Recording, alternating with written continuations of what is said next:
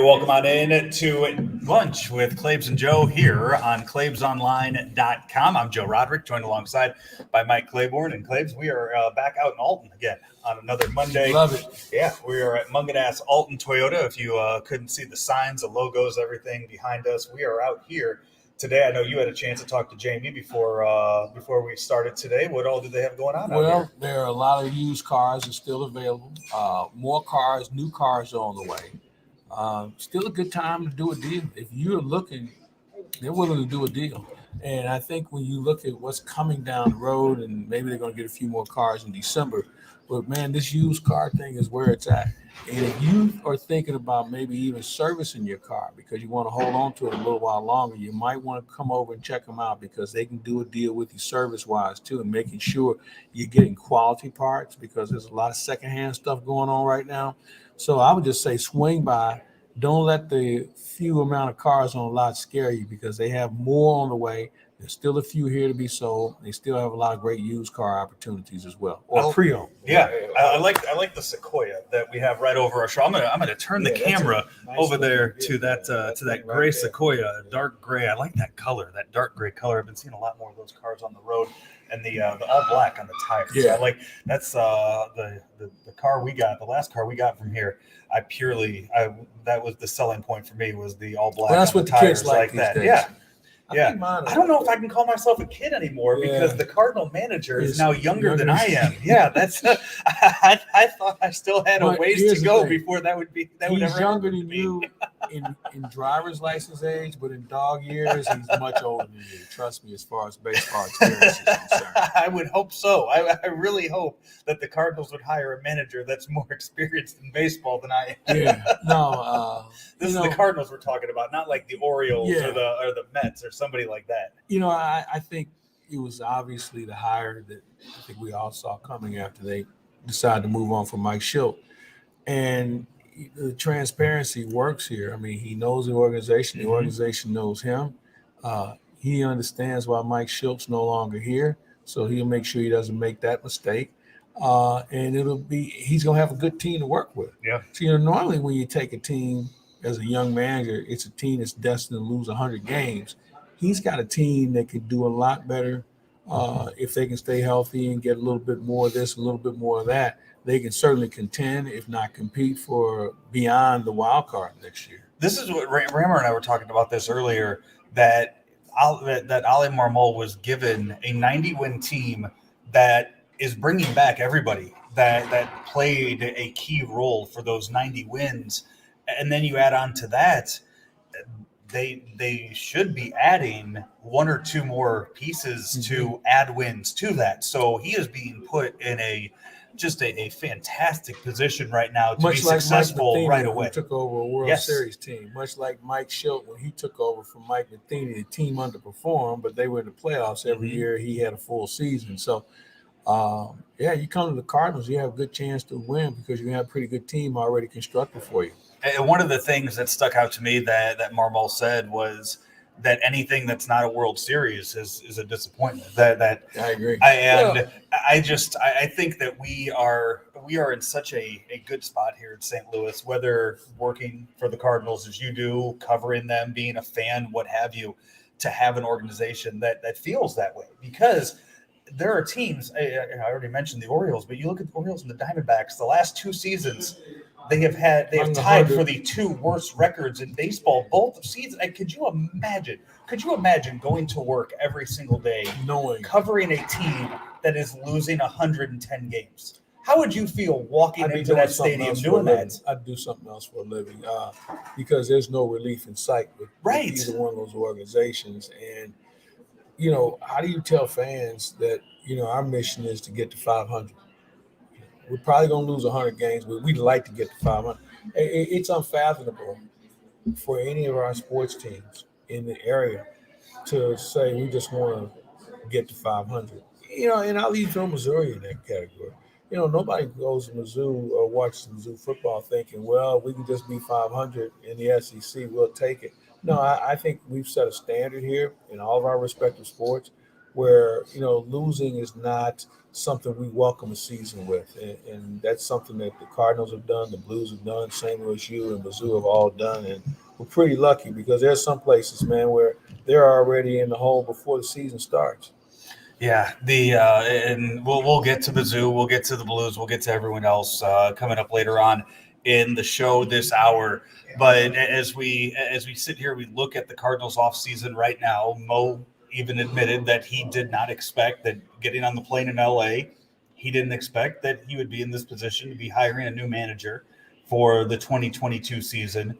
They said right afterwards they expected the coaching staff to be back after the announcement about Mike Schultz, and I guess They'll if everybody reassign some comes guys, back, I yeah, think. they'll Yeah. move around and everything. So there is one position now on the big league staff that you imagine will get fixed. Is that going to come from within the organization, or do they go out and do they get one of those other hot names that we heard about, whether it be Skip Schumacher or Matt Holliday or somebody like that? I think they'll go outside, um, and but that person will have an understanding of the Cardinal organization. Mm-hmm. Um, I don't know whether it'll be a bench coach. Maybe they'll be at first base. I don't know how when they move everybody up, is Stubby Clapp your bench coach? Is Pop Warner your bench coach? I mean, they got a lot of experience. Or do they bring somebody in with a new fresh set of eyes and put him in that position? Do they make somebody a co-manager or what the role that Skip Schumacher had out in San Diego?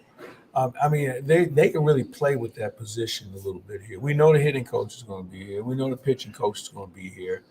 I'm assuming that Jamie Pogue will be here along with Pop Warner and Stubby Clapp. Packy and Dusty Rhodes will be here, I'm sure.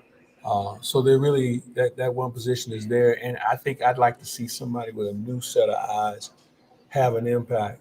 Now, what the title will be, that's something we have to wait and see. And you have to wonder too, and I guess you would know better than anybody. Is somebody like Willie McGee, what does he, how much of a future does he see in managing or being a part of the coaching day to day, 162 games a season? I think you'll see him for the foreseeable future.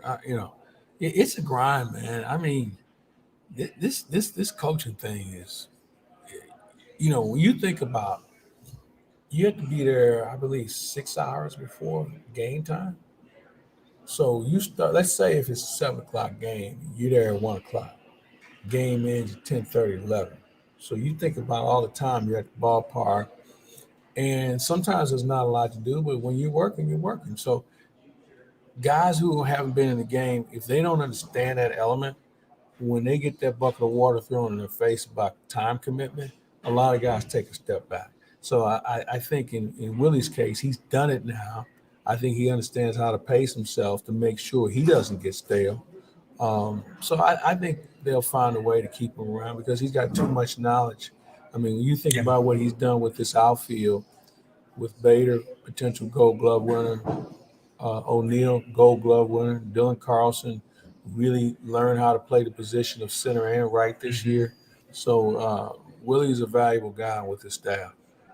Yeah, we'll find out. I guess by the end of the World Series is when Mo said that he plans to have the coaching staff in place. So that announcement would come after the World Series. They wouldn't step on any toes just to announce the rest of their staff. So expect that in early November, whenever that comes to be finalized. So outside of that, I guess you move on to the World Series, and we're all set. We know who that's going to be. We got the two teams. For the first time ever, it's the league championship runner-up from the year before. Yeah. The Astros lost last year, and so did the Braves. The Astros lost to the Rays last year. The Braves lost to the Dodgers last year, and now they were able to overcome that, and they make the World Series.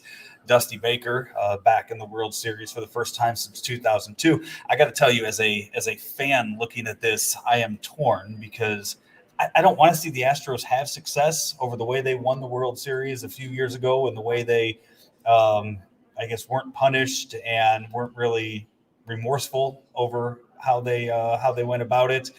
But the Dusty Baker story is a really neat story for a guy that has devoted his entire life to the game of baseball. He has, and it's interesting. I know both he and Snit pretty well, and I talked to both of them Saturday. And you root for guys like these two. And I know Dusty a little better than I know Snit, but they knew each other when Dusty was in the Braves organization. Hank Aaron hired Brian Snitker like 40 something years ago. And he's done everything in the minors. He's a true baseball man.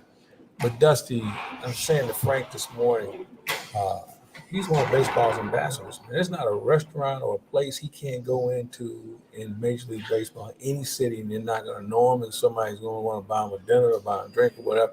He makes time for people. He's really good for the game. Players love playing for him. He's won everywhere he's been. I think he's a sentimental favorite as far as why teams would root for his team, not necessarily him more than his team, as you mentioned. But even with that said, he brought credibility to the Astros. Yeah, he had nothing to do with any. I mean, he was with completely brought in from the outside. And but here's something that really kind of makes you wonder.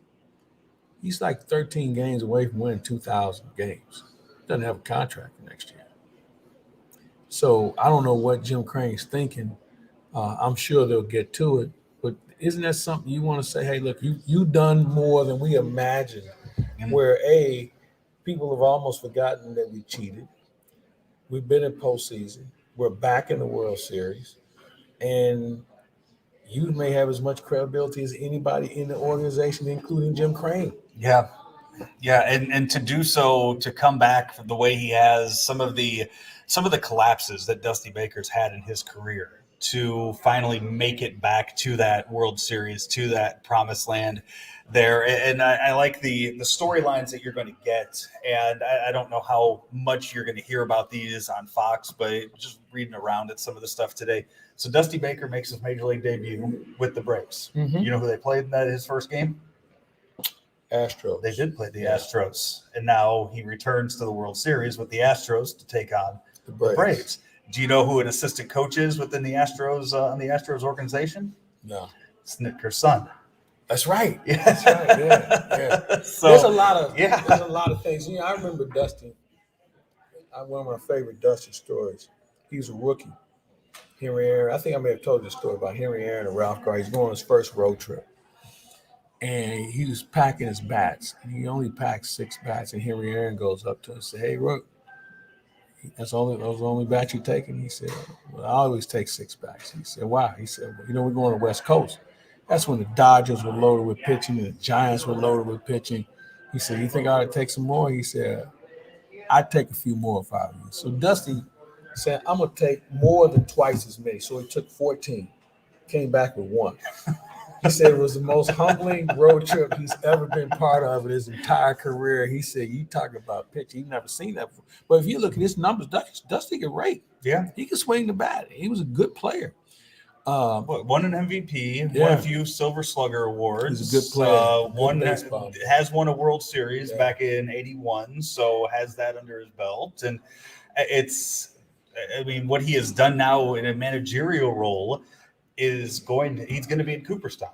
I agree. Once he finally decides to hang it up for good. Well, his vineyards are doing well, so if he wins now, who knows? Now he'll come back because he must get 2,000 wins, that's mind-boggling. 2,000 wins as a manager. Mm-hmm. When you think about that, and there's only a handful of guys that have done it. Another reason why he should be considered for the Hall of Fame. So I'm looking forward to a series. I'm looking forward to some good play. So let me ask you this. Do they vote Ozuna a share? They will. I mean, that's considering all of the things the distraction he created. Yeah. That happened so long ago too that you forget that Marcell Ozuna was on that Braves team. Because Soler made you forget, because he came in and swung the bat along with the other guys. All of them. The Braves went out at the trade deadline, and they went out and they got first they went and got Jock Peterson, mm-hmm. and then they got Soler, and then they go and got Adam Duvall, and then they bring in Eddie Rosario, who wins the NLCS MVP. They went out and got 4 outfielders because Acuna towards ACL, and Ozuna was suspended was put on the commissioner's list, suspended for the season for what he did. Is he? I mean, is he behind? What is the situation with him right now? Thing where he's got to go to some sort of counseling and okay, because I mean that's something that they have just completely I mean they've swept that. They've washed their hands of him. Yeah. Next time when you visit with Rammer saw Rosario helping this Cardinal team. No. That was Rosario. I think was. I'm trying to think because we went back and forth. Rammer picked this guy like 3 years ago. At least 3 years ago, that he thought he could help the Cardinals. Rammer and I, because I remember earlier in the season, Rammer and I were talking, and he was big this year on Peralta from the Diamondbacks. He wanted the Cardinals to go out and get Peralta from the Diamondbacks. I thought I was the one that was on Rosario. I know we've mentioned his name before, and I can't remember if there was a guy on the Twins or that we both wanted to that we were talking about, but we were throwing a lot of names out there. And when you look back now, it's a good thing the Cardinals didn't with the way their outfield played towards the end of the season. I would have found a way to play him though. You would have, with a lefty, one of those lefties they got. But and just for the Braves to go out and do what they did and put together, just see their weakness when they did, and go out and get four outfielders for three positions and make it work and go on the run that they did. What was it, 111 games into the season before they were in first place or above 500, was it? Or in first place, whatever it was. They went a long time this year of playing mediocre baseball before it finally clicked for them when it did. So, here's the question, because we don't talk about what they gave up to get those guys, because I think a couple of those guys on expiring contracts. So you probably didn't have to give up much. You probably will bring one, if not two of them back, because they certainly fit a role. Because with Acuna Jr., you're not going to see him until the middle of the season next year anyway. I mean, with rehab the way it's gone for some of these guys, depending on how hard he's hitting it, I don't think it's out of the realm of possibility that you could see Acuna on opening day, especially when you add in the DH that the Braves would have next year. If you can do it. Kyle Schwarber got hurt the first week of the season, the year the Cubs won the World Series, and he DH'd for the team in in October. So Acuna got hurt, in July? Yeah. So you go all the way to April of next year. I don't think there's any doubt that he could play next year in some sort of role with that team. But yeah, when you look at everybody else they can add and some of the added DH that they'll have too, I think that they'll find a role for at least two of those guys. And then you look at the flip side, they beat the Dodgers in 6 games.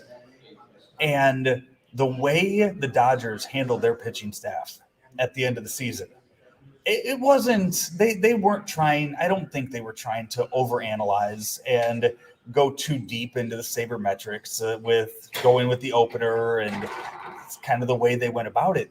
They just ran out of arms. They did. I mean, when you look at losing Kershaw when you look at Scherzer just having a dead arm at the end of the season. It happens. Yeah, they ran out of arms and they could not piece together enough innings out of what they had available. Well, and I'll tell you, one of the devastating elements, they didn't get anything out of David Price. No, that was the X factor guy who you would hope would be able to contribute, and they didn't get anything out of him. I mean, even with a fresh arm. Yeah. I mean, he opted out last year and came out this year and had nothing left. He got old in a hurry.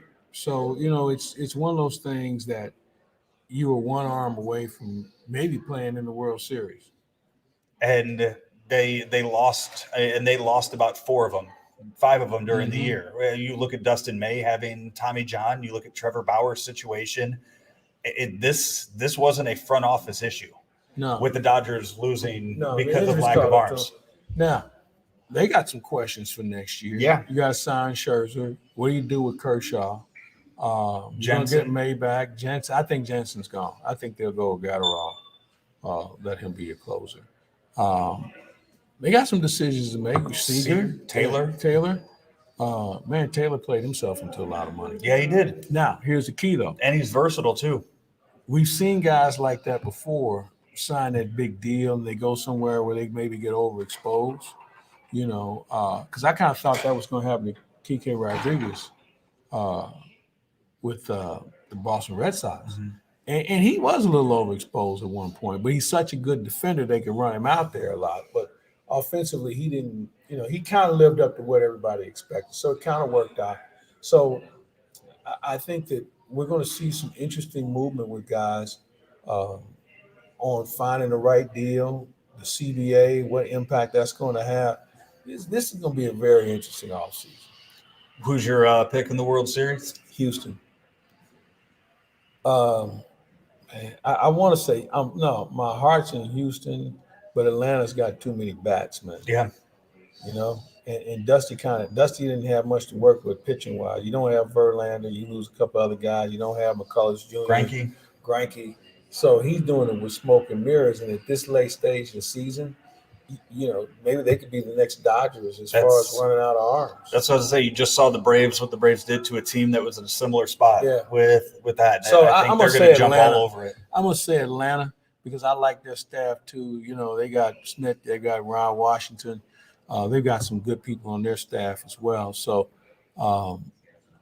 either one. Mm-hmm. I'm good with whoever wins. Plenty of baseball talk still to come this week here on Claibs Online. Rammer and I did our daily card show earlier today talking about the Ali Marmol announcement that he is the new manager of the St. Louis Cardinals. You can find that on Twitter and Facebook right now. It'll be available on the YouTube page and in podcast form later on this afternoon as well, along with this show if you missed any of the first 20 minutes of that. Tomorrow, Keith Costas and Bob Ramsey come back with the Keith Costas podcast. They'll be previewing the World Series, and then Rammer and I will be back again on Wednesday recapping Game 1 of the World Series. So plenty of baseball talk here all week long here on Claibs Online. I'm looking forward to the World Series. And there's so many things that are going on with the NHL and the NBA. You got Thursday night football. The World Series almost gets kind of lost along the way. And throw in the fact these games take forever to play. Folks, they got to do something about the lane. Ron Culp of St. Louis is going to be working the World Series. His first World Series since the 2011 World Series that he's involved in. If I'm not mistaken, he has the plate on Game 2. He's got to play for Game 2. So good luck to him, and hopefully he'll have a very rewarding and memorable series on the good side. You don't want to be like that guy who punched out with the check swing. Oh, I don't remember the name, but the Giants, the way the Giants died. You don't want to be remembered. Yeah. Well, we can't remember his name, but we remember him as far as what he. Yeah, did. It's no Jim Joyce situation. I mean, that's a name. Yeah, you're never going to forget when it comes to that. But check swing call. Yeah, you can. Yeah, you remember the call. You don't remember the name, and something of that size. We will come back. We'll switch gears from baseball, talk a little football right here as we are broadcasting from Mungenast Alton Toyota here for lunch with Claibs and Joe here at claibsonline.com. Every day, Ameren, Illinois works to deliver reliable energy throughout the state to on-the-go families, in-the-know grandparents, and busy students. But did you know we also have ways to manage your energy? Paperless billing, outage notifications, pick a due date, auto pay, and so much more. So no matter who you are or how you use your energy, there's an option that's right for you. Learn more at amerenillinois.com/options. Back here on lunch with Claibs and Joe from Mungenast Alton Toyota here on Homer Adams Parkway in Alton, Illinois, here for the next half hour or so. We were in Alton last week, too, over at the Alton Sports Tap. Had good lunch over there. It's so good that we brought lunch over here for our friends here at Mungenast. So we appreciate what they do at Alton, at their nice place we were at last month. I'm all over but I know where I'm at now at Mungenast, and I'm going to tell you, folks, you better check out some of these deals. You hear so much about how cars are at a shortage, and they are. There's no doubt about it. But they have a great pre-owned collection. They still have a few new cars on the ground with another shipment rolling in, hopefully sometime in December. So why don't you come on out, pick something out, and when it comes in, you'll be able to drive it right off the lot. Paperwork will be done and all that good stuff. This is still the best place to do a deal, along with renting a car. They still do car rentals. So if you're interested in that, trying to figure out what you want to do next with your next car, come on out, rent one, get a feel for it. The next thing you know, you'll be buying. The not much to say about Mizzou. They had the weekend off, but That's last week it was a big weekend for them. Yeah. As they were able to get the commitment of Luther Burton, who you did that shock you that he went with Mizzou? I know last week. Yeah, I was a little surprised, but the more I thought about it, this is how I thought about it, and I came to this conclusion. Missouri has 2 years to get this figured out. Okay.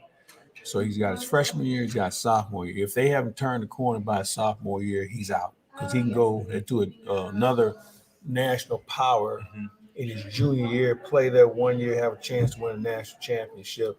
But I think this is where the hard part begins for Missouri, getting other players to come, preferably linemen, in order to make sure that the quarterback is healthy enough to throw the ball to Burton, making sure you still have a running game where he doesn't see the double team, and then also get another receiver or two. So there's a lot of work still to be done, and you got 2 years to get it done in. So they had the weekend off, but in college football, we had our picks this week. I haven't gone through and seen who did what this weekend. I don't have current standings for us yet. Claibs, but I can tell you that who won the Wisconsin-Purdue game? Was that was one? I think Wisconsin won. If Wisconsin won, that would be huge for me because I'm going to look that up right now because that was one I was unsure what the result was of that game. But I started off 0-2. I didn't realize I picked a Thursday night game for our list. I didn't either until I turned it on and said, "Uh-oh." So you're not by yourself. Yeah, so Wisconsin did beat Purdue. So as I look through here, let's see, what did I have? We you know what we did really bad on? Nobody picked. So the games we had this week was Appalachian State versus Coastal Carolina, Oregon at UCLA, Wisconsin at Purdue, Chiefs at Titans, and then Bengals at Ravens. I bet everybody lost the Ravens. All seven of us picked the Ravens, and that not one person thought the Bengals would have a chance going to Baltimore. Why would you think? No, there was no. I think I just threw that on there Yeah. because I needed a second NFL game, and there were not good NFL games yesterday. Well, here's what you're seeing. You're seeing teams that are now starting to. Remember what I told you at the beginning? You can't tell who can play until the fourth, fifth game of the season. I think it's evident that we know Chicago can't play, the Jets can't play, Detroit can't play. Those are teams right off the top of my head. Houston can't play, Carolina can't play, and they're about to get pummeled on a regular basis. And when you look at some of these scores, Joe, it's not like they're losing by a field goal. I mean, they're losing by 2 and 3 touchdowns, which is really hard to do in the NFL. I imagine there's a stat out there on this, but looking yesterday's games, we're just going the Sunday games because the Thursday night game, the Browns won by 3 points over the Broncos. Just the Sunday games, one game was decided by less than 10 points. Yeah. One game, and that was Atlanta-Miami, which nobody was watching that game unless you had family on those two teams. So all of the other games were double-digit losses, were double-digit results. Man, this is a bad league. It's a bad league. There's a real big gap between good teams and bad teams. And you know what? You had 3 good teams that were on bye this week. Every team has injuries, okay? Yeah. So don't tell me about, well, they got hurt. Well, everybody gets hurt. This is the NFL. And you're going to have more guys getting hurt when we get to week 14 and 15 when their bodies really break down. They got to get through 17 plus the playoffs. So there's a lot of issues at hand with these games, and it's not going to get any better. And we're going to see some teams that are going to make some decisions. Do we tank it to get a good pick, or do we continue to fight? The other thing you have to throw into this is we decide we're going to go with young quarterbacks, and they're going to make some mistakes. But here's the thing I think we need to pay attention to. For every team that's starting a good young quarterback, that's a team that doesn't have a running game. Mm-hmm. And those guys are paying the price for not having a running game. Yeah, I watch Chicago. And Justin Fields is the best runner they got since Gale Sayers. Yeah, Montgomery being out is hurting them right now, and I think he's out for a while. Yeah. So that and the 49ers have no clue what they want to do at quarterback right now. The Eagles, I don't know. The Eagles right now have 3 top 10 picks. the way the standings are right now, they have 3 top 10 picks next year. So they can afford to be bad. They can afford to be bad. They're going to have some money for free agency. They move Ernst. They're going to be a pretty interesting team to watch in a very weak division because I don't see the Giants getting any better anytime soon. Cowboys, Cowboys are good. Arizona's good. Arizona be rolling. But my point being, 7-0 for Arizona. Well, good for them. And they play well. I mean, they've done a lot of good things. They got a decent running game. Murray's got more than one guy to throw to. The A.J. Green addition has really made them a team you have to play straight up because you can't double either one of those guys. The running game's too good. I mean, the big thing the Cardinals just went out and did was go out and get Zach Ertz. They went out before the trade deadline, and they made a big move to get a top tight end who already paid dividends in the first week catching a touchdown last week. Defensively, they're much better. They get off the field. So I like their direction. And they just keep getting it done. They got to stay away from the key injury like everybody else. But overall, I think they're a team that we're going to have to start taking serious. Yesterday in the afternoon games, Tom Brady and the Buccaneers played Chicago, blew them out. And in that game, Tom Brady threw his 600th career touchdown pass. If you stay for 28 years or 30 years or however long he's been in the league, it's bound to happen. But as he threw it, the wide receiver that caught the ball didn't realize it was number 600, handed it to a fan, and the Buccaneers staff was able to go into the crowd. And he wasn't leaving with that ball. I don't care what. They're being nice about it. He wasn't leaving with that ball. I'm sorry. They gave him a few signed jerseys. They gave him I saw a gift card to the pro shop. They're gonna go make him buy I would give Jim Nance. So Jim Nance said it was a bad deal, and I agree. It was a terrible deal. Romo trying to auction off his wife, Brady's wife. How about a date with Giselle? How about that? I'm like, dude, that's his wife. I didn't get that. He kept saying a date with Giselle. How about that? Throw that in. Like, that's funny between Romo and Brady. That's probably they probably got a relationship that they a very unique one. That's probably not something you need to be saying on national TV. It was a bad deal for that guy. And it's not like they're going to give him more. They're going to go back. So the reports out there now saying that ball would have gone for $500,000 in auction. $500,000 in auction. Well, I hope they do something better for him. But I mean, that's his mistake. Yeah, but it also, as you said, it would have been really hard for him to make it out of that. He never got out alive. I mean, a baseball's one thing. You take that baseball, you put it in your jacket, you get out of there. Whatever. A football, that's big. That's a goal line stand he's never seen before. I guarantee he never got out of that stadium. So he threw a few more after that. So I mean, it was almost, it was 600 is one thing, but it's nowhere. It's not going to be the record whenever he finishes. So I don't know. I don't know if anybody can play that long.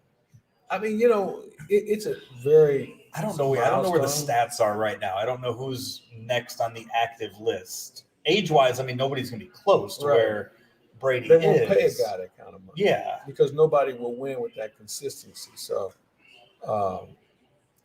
it'll be around for a while. I just don't see guys playing that long. I believe the Manning cast is back tonight between the Saints and the Seahawks. Well, so people will have an alternative way to watch Monday Night Football tonight. The reason I bring that up, though, is you have two guys that threw a lot of touchdown passes in their careers. True. Did you see what Ole Miss did this weekend? They retired Eli's jersey. Yes, but did you see how they play? So last week when the Washington football team retired Sean Taylor's jersey, that was a distraction away from the email. I mean, they announced it on like a Thursday for a Sunday game and just said, hey, we're going to do this. And it was a very poorly put together ceremony for that. Well, it's the Washington football team. Yeah. What do you expect? Did you see how well planned Ole Miss made Eli's? No. So they did it. To honor Eli, they painted one of the end zones with the word Manning in it. Did you see who they brought in for his college visit this week? Yeah. That figures. Here's the thing about retired jerseys, retired numbers, in the College Football Hall of Fame. They kind of work hand in hand. Guys got to be away from the team this program for 30 years before they remember. I don't understand that. Okay, so it makes sense because you want the guy to be there to be honored. Yeah, So you either do it during a bye has he week. been out of the game? 3. Okay, so I didn't know where his game had changed that much since he retired. I mean, But he you was want him to be available. there for the ceremony. Yeah, okay. So He's been playing every Sunday. He can't just you make said a he's trip to been out. Oxford. No, but you said he's been out of the game for 3 years. Yeah. So what was he doing last year? Well, we had the pandemic last year. Yeah. The year before. I just think when a guy Arch wasn't coming in for his college he visit ain't yet. going there anyway, so I don't know whether they even worried about that. They needed to plan it around that. Okay. All right. Well, that's very nice. But no, that really, I mean, that is It's a the nice reason. gesture. Like, so when Ohio State a few years back, when they retired James Laurinaitis' jersey, I mean, what did he played almost 10 years in the NFL? Nothing of his stats changed at Ohio State those years. They had to wait for him to retire because you're not going to ask a player on his bye week to come back to your college campus. Yeah, so that's why it takes so long. Here's one I don't get. I don't know how Orlando Pace's number is at retired Ohio State. It's not yet. No. I saw some slug in it the other day. It's not his kid because his kid's a linebacker. I don't understand how that number isn't retired. That's bad. This guy was an All-American every day he was on the campus. Yeah. First pick in the draft, a Super Bowl champion, a Hall of Famer, a multiple Pro Bowler, and his number isn't retired. That's pretty bad. Well, in fairness, Ohio State had a lot of good players, but that's a number that should have been retired. Hey, I just mentioned the one they did retire. I mean, James was a really good player at Ohio State He wasn't too. Orlando Pace. But yeah, he wasn't a first overall pick, and he's not the NFL Hall of Fame or the Pro Football Hall of Fame either. I don't get it. Ask him, text him and ask him why he's not retired yet. I'm sure he knows why. I'm gonna call him today. Yeah, I'm pretty sure there's a good reason behind that. So, well, but you gonna watch the Mungenast tonight? I'm gonna go between that and the Blues game. I want to see if they can do the Kings again. But I'll watch a little bit of it. We will talk Blues hockey when we come back here in just a minute, as we are at Mungenast Alton Toyota in Alton, Illinois, here for lunch with Claibs and Joe here on ClaibsOnline.com. The 2021 Acura TLX is the top-selling luxury sedan in St. Louis, and St. Louis Acura has an unbeatable selection. The TLX has the highest safety rating, and right now you can get $2,500 in Loyalty Conquest offers with 0% financing for up to 36 months. We offer free pickup and delivery, and we'll also buy your used vehicle, even if you don't buy from us. St. Louis Acura, committed to becoming better than ever for you. Back here on lunch with Claibs and Joe, live from Mungenast, Alton Toyota here in Alton, Illinois.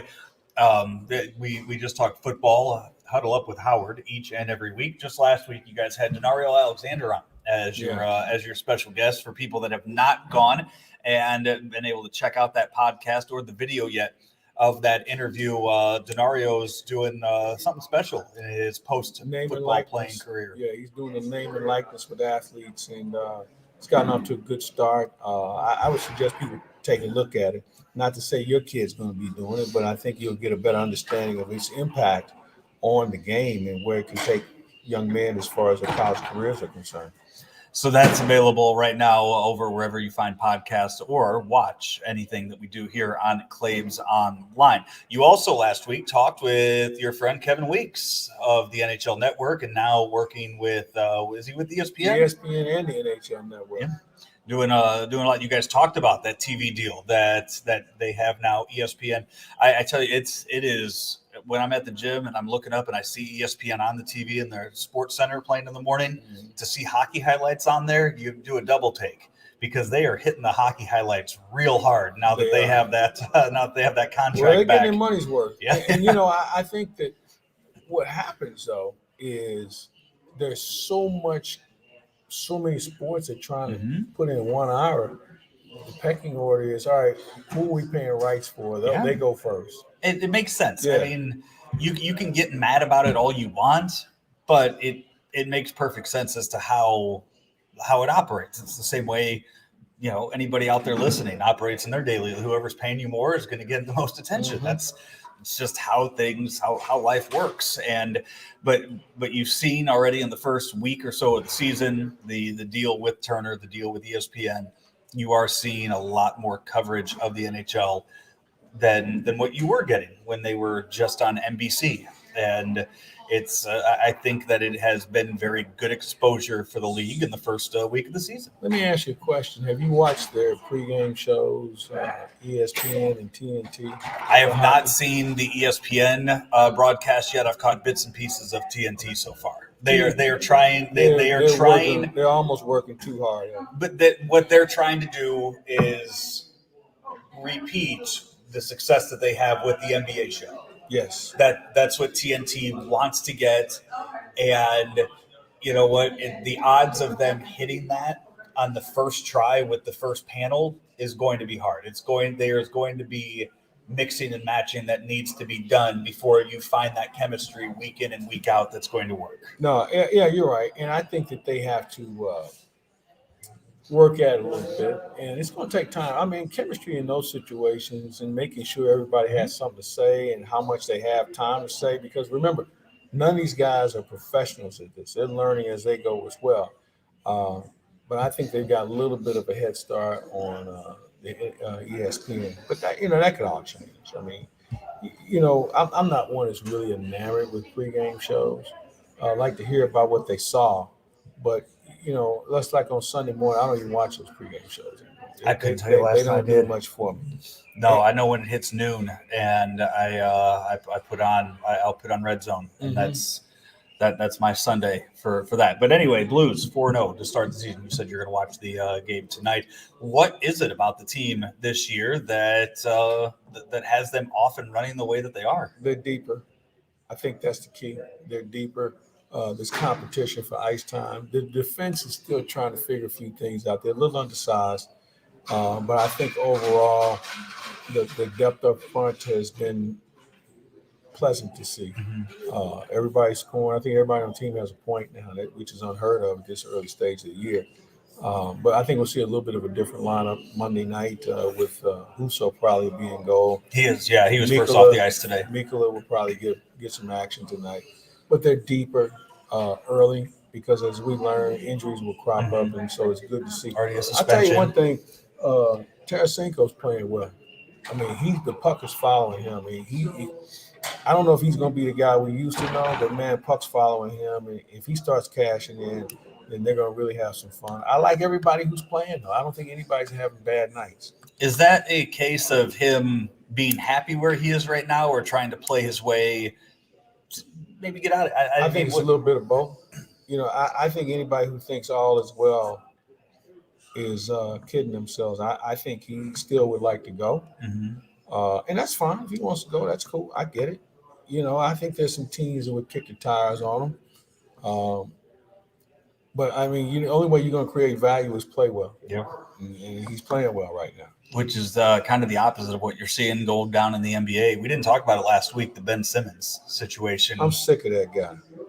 It's, what, though, totally for somebody that has zero ties to the Sixers, and it's just fun entertainment to see a situation play out like that, where the guy's showing up, practicing with his phone in his pocket, refusing to be part of drills, now saying his back hurts and he can't play. It's entertaining to me to see that play out, because he's also not good enough to be traded for what he thinks he probably needs to be. And the Sixers know that too. The Sixers went out there and nobody wants it. I agree. And I think they can get him for nothing. But here's the problem. His attitude has really created a red flag and saying, wait a minute. He thinks he's Jimmy Butler or Harden or one of these other guys who forced a team to trade him because they were jackasses. Yeah. I think teams wanted those guys. I think Philadelphia would just say, you know what, just sit there. We don't care. And they'll get the deal they want. Yeah, exactly. So have you watched any? I mean, I've watched more NBA than I have this past week than NHL in the opening week of the season, or I guess 2 weeks for the NHL. Have you been following any of that? Yeah. Yeah. It's not much I'm missing these days. I'm sitting there trying to get into this, into that, and you took that 80-inch TV from the Cardinal radio booth, and you put that in your house. Didn't fit in the trunk, man. Didn't fit in the trunk. I would have taken it, man. There's no doubt. I would have taken it, but it didn't fit in the trunk. But the one I have it suffices, so I'm good on that front. But I think overall, though, NHL's got out to a good start. NBA's got out to a really good start. Lakers were struggling a little bit early. But I think, the chemistry factor, everybody's trying to feel each other out. That mess in New Jersey with Kyrie that's a joke too. Yeah. So we got a lot of jokers in the NBA right now, not to mention the NHL with Evander Kane, who's suspended for 21 games because he was trying to use a fake card. This on the heels of an investigation into him gambling and throwing games. And beating his wife, too. Yes. Yeah. He's the fact that he's under contract with a team right now is amazing. By the way, he filed for bankruptcy, too. So he got all kind of issues. That's a mess. I saw there is one active NHL player right now that is not vaccinated. Is that it's a guy from the Red Wings. Yeah. It's I saw the name earlier and I cannot remember who it was, but yeah, there is only one active NHL player that's not vaccinated. There was another guy who I guess went and got his first shot today in order to be eligible to play for Team Canada. So that's important. Yeah. NBA, I don't know what their numbers are. They're pretty high too. I know they're high. Yeah, I know they were like up there. Yeah. But to only have one person and to be that one person out there that you know what? I think the bubble kind of had to come to Jesus with a lot of people as far as I don't want to go through that again. No. I don't want to be quarantined. I don't want to have another box lunch. Yeah. They get it. And there are going to be some guys that are going to test positive, as we see here in St. Louis with Saad, but at least you're taking the right steps. Yeah. And you're protecting your teammates. So we'll see. Then TV crews are traveling for both the NBA and the NHL. I'll have Rob Fisher on later this week. I'll talk to him about Fish last night. They did the Laker-Memphis game on the NBA network. So they're back and they're in business. And NHL started. Chris Kerber went to the game Saturday night, and just the whole travel thing, being on the road, and this is how we do our job. I mean, I commend guys who had to sit at home, like Danny Mack this year. He did a phenomenal job sitting in the studio, but you got to have boots on the ground in our business. Absolutely. So that's everything. All four major sports playing right now, college sports as well. What are we, 2-3 weeks away from college basketball? Yeah, you got a couple of getting underway. Blood-donor games. You know what? I'm so burnt out on college basketball and scheduling that I don't even pay attention to it until the middle of January. You tell that for Hammer. He's hyped up and ready to go. I understand he's hyped up, but it's just the scheduling, and their non-conference schedule is a little better than what it's been, but it's still maybe it's too much basketball on TV. Yeah. I think that might be it more than anything else. And the unfortunate thing is, there's too much basketball and not enough of the teams I want to see. I don't see St. Louis U enough. I don't see Mizzou enough. I don't want to go to a streaming situation on a regular basis. I want to see them be on their own channel, which is why they got to get the hell out of this Atlantic 10 and get into Big East. The Big East is sectioned now where there's enough teams in this corridor of the country that they could be part of. They're missing one team. And I got news for you. When these Power 5 conferences break from the NCAA, you do not want to be left without a chair. And if St. Louis U doesn't get on this, and shame on them. Yeah, they announced the All-Americans earlier today. Kofi Cockburn of Illinois is on that list, one of the top 5. So here's what I think the same of All-American, preseason All-Americans. I do a Heisman Trophy winner, meaningless.